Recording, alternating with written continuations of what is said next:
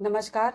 आज हम बच्चों पे बात करेंगे। ऐसा देख वर्तमान समय में ऐसा देखा जाता है कि बच्चों के फेस पे फेशियल ब्लेमिशेस आ जाती हैं और उनमें ये भी देखा जाता है कि बच्चों के पेट में दर्द होना, जैसे कि पैर में दर्द होना और उनमें बहुत चिड़चिड़ापन होना। ये सब चीज़ें बच्चों में आज के समय में देखा जा रहा है। तो इसके पीछे का कारण क्या है और इसका डायग्नोसिस क्या है, तो ये हम जानेंगे। और इसके मतलब इसमें होम्योपैथिक ट्रीटमेंट क्या है बच्चों के लिए और क्या होम्योपैथिक ट्रीटमेंट बच्चों के लिए सही है, तो ये भी हम जानेंगे आज। सो सर प्लीज आप बताएं। Thank you.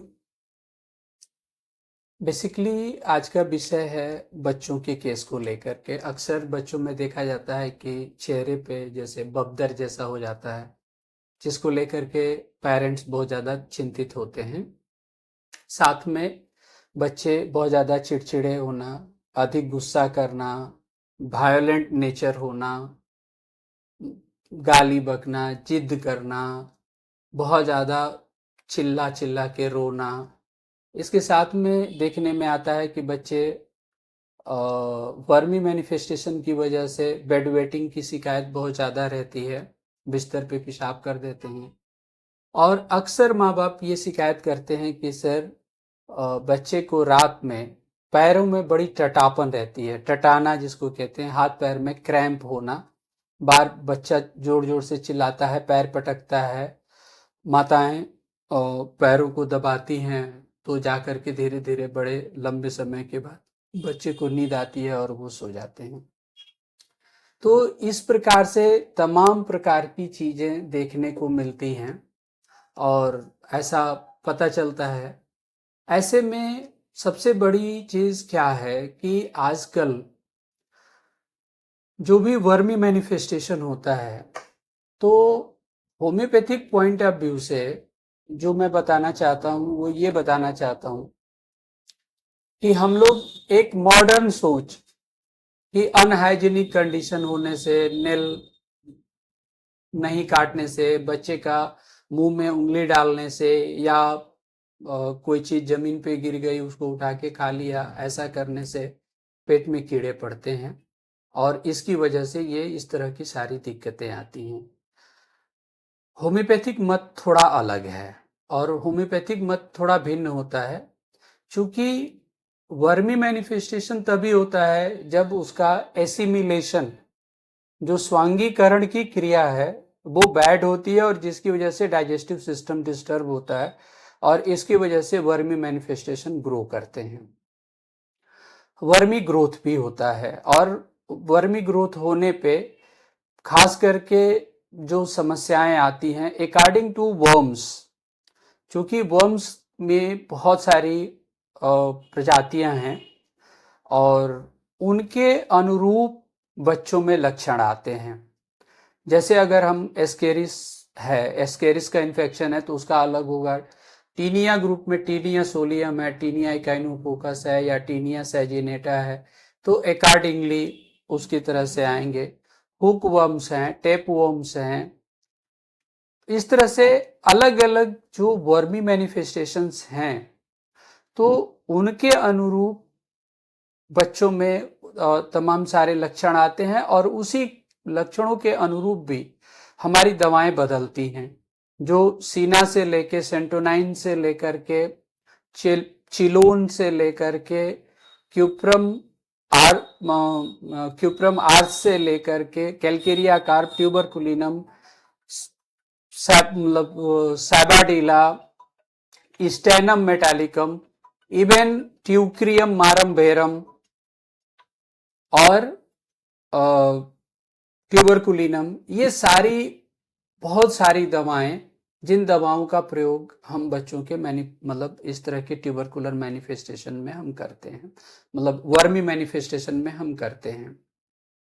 अब जो सबसे बड़ी बात है कि सबसे पहली दवा जिसके बारे में हम सोचते हैं वर्मी मैनिफेस्टेशन में, वो दवा है सीना।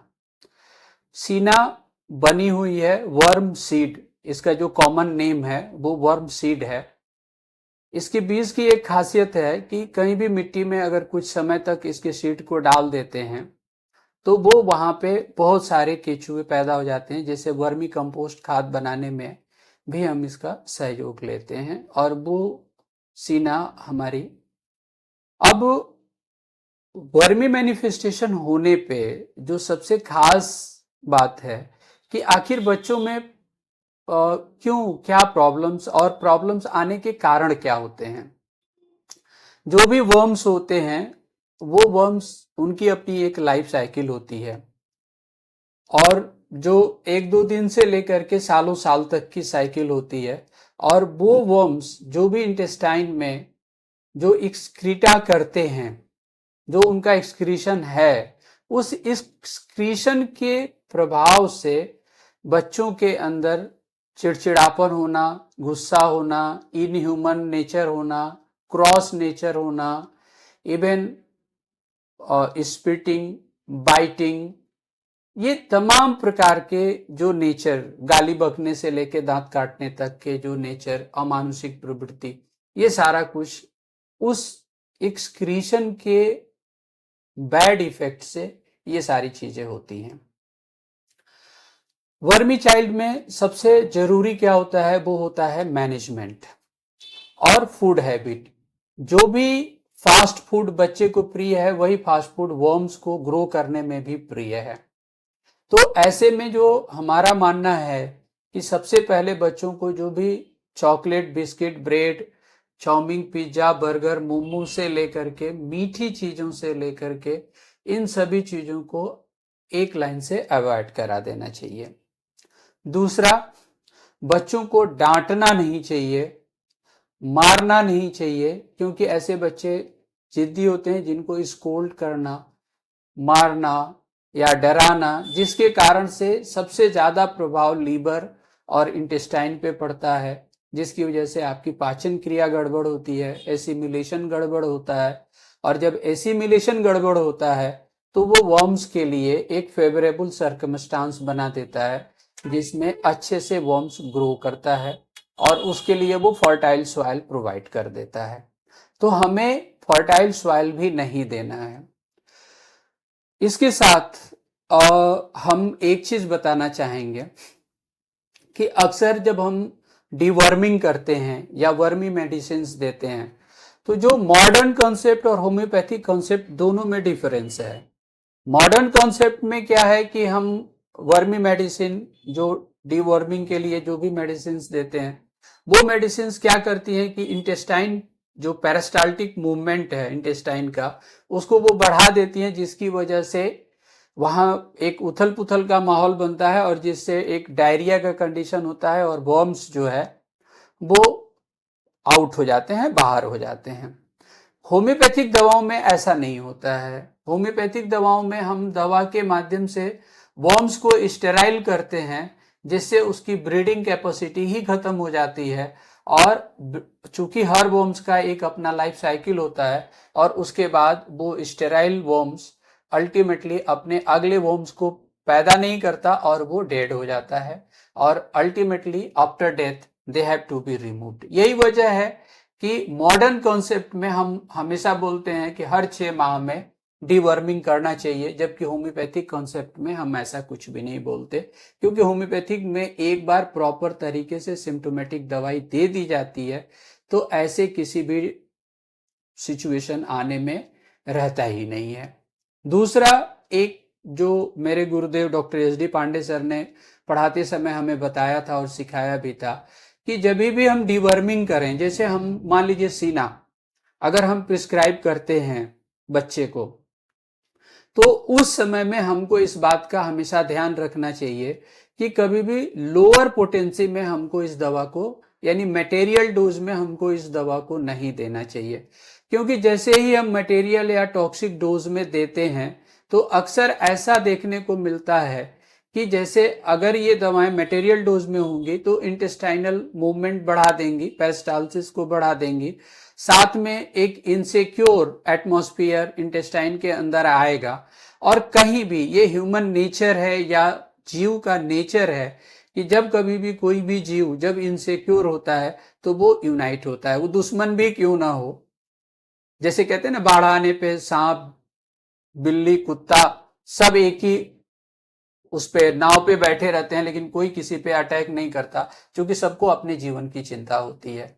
ठीक उसी प्रकार ये वर्म्स जब जो ही हम अगर टॉक्सिक डोज में अगर हम अपनी मेडिसिन को देते हैं, लोअर पोटेंसी या मदर टिंचर या इस तरह के फिजियोलॉजिकल डोज में, तो ऐसे कंडीशन में वो सब एक वर्म्स आपस में यूनाइट हो जाते हैं और वो एक गुच्छा बना करके एक मास का रूप ले करके और वो इंटेस्टाइनल ऑब्स्ट्रक्शन पैदा करते हैं।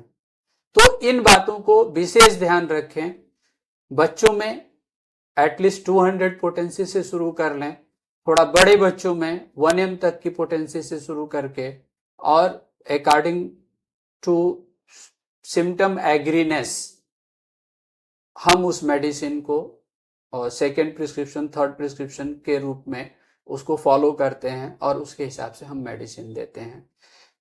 इन मेडिकेशन में दो बातें जो बहुत ज्यादा जरूरी हैं, पहला मैनेजमेंट और दूसरा प्रिकॉशंस। मैनेजमेंट के तौर पे जो सबसे बड़ी बात कि हमको बच्चे को डांटना नहीं है, क्योंकि बच्चा जिद्दी होता है, क्रॉस होता है, वायलेंट होता है, इनह्यूमन होता है। अगर हम उसे डांटेंगे तो वो और उग्र होगा और वो हमें वो रिजल्ट नहीं मिलेगा जो रिजल्ट हमें चाहिए होगा, पहली बात। दूसरा, हम लाख ट्रीटमेंट कर लें, अगर बच्चे को fast food, chow mein, pizza, burger, मीठी चीजों से, ब्रेड, बिस्किट, जलेबी, अंडा, अगर इन चीजों से हम बच्चे को दूर नहीं करेंगे तो हमारे मेडिकेशन का भी कोई बहुत ज्यादा लाभ नहीं मिलेगा।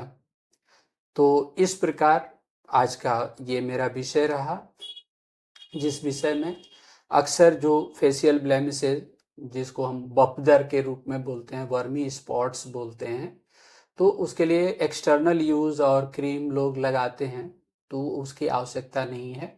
इंटरनली मेडिसिन देंगे और जैसे ही बच्चा उस कॉम्प्लिकेशन से फ्री फ्रॉम होगा तो ऑटोमेटिक उसके लीवर के फंक्शन अच्छे होंगे, इंटेस्टाइन के मूवमेंट अच्छे होंगे और वो बच्चा, उसका फेस नीट एंड क्लीन हो जाएगा और इस तरह के फेशियल ब्लेमिशेस से वो मुक्त हो जाएगा।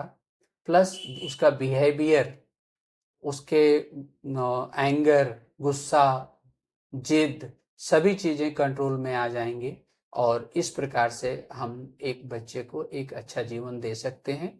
साथ ही मैं एक बहुत इंपॉर्टेंट बात बोलना चाहता हूं यहाँ पे कि बच्चों के केस में जब भी हम टैकल करें तो एक बार हम सीना को जरूर ढूंढ लें, क्योंकि सीना एक ऐसी दवा है जो अगर बचपन में डिमांड की है तो वो युवा वृद्ध तक हो जाएगा, सीना का डिमांड बना ही रहता है, पहली बात। दूसरी बात, सीना एक ऐसी दवा है जो ऐसा ऑब्स्टेकल क्रिएट करती है कि अगर उस ऑब्स्टेकल को हम रिमूव नहीं करेंगे तो वो एक मियाज्मेटिक बैरियर बना देती है और ऐसे बच्चों में कोई भी दवा क्यूरेटिव रूप में काम नहीं करती है। हो सकता है सप्रेसिव वर्क कर जाए, पैलिएटिव वर्क कर जाए, फॉर टाइम बीइंग उसको रिलीफ दे दे, लेकिन प्रॉपर तरीके से उसको आरोग्य पथ नहीं प्रदान करती है। तो ऐसे में जब भी किसी भी बच्चे को, कोई भी बच्चे का केस टैकल कर रहे हैं, तो खास करके मेरे मित्र होम्योपैथ चिकित्सकों से आग्रह है कि एक बार सीना को जरूर ढूंढ लें और उसको 1 से 2 डोज आवश्यकता अनुसार जरूर प्रिस्क्राइब करें, जिससे कि वो बच्चा इस तरह के ऑब्स्टेकल से फ्री फ्रॉम हो जाए और वो केस उसका ओपन हो जाए, जिससे कि वो आसानी से आरोग्य पथ को पा सके। आज का वीडियो मैं यहीं समाप्त करता हूं। इसी के साथ धन्यवाद, नमस्कार।